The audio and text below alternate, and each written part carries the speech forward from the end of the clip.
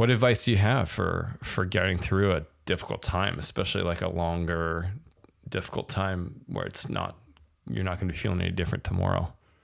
Yeah, I would say one thing is to look back on yourself from the future. This is something that's helped me a lot, and it's Cool. become a sort of popular question of like, what would you say to your 20-year-old self, your 15-year-old self, whatever it might be, when you were a child, and invariably if you kind of play that exercise out at any age in your life, you realize that the answer is always something like, don't stress about it. You're doing great. Right. Totally. It's like some True. form of that Every time.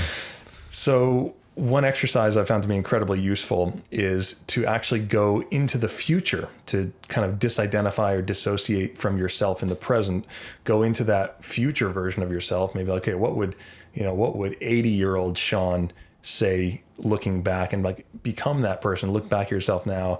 And, invariably it's going to be some form of like, you're doing great, buddy. You're doing great. Don't stress. It's not a big deal. Yeah. It's not a big deal, man. You're doing it's not fine. a big deal, man. Yeah.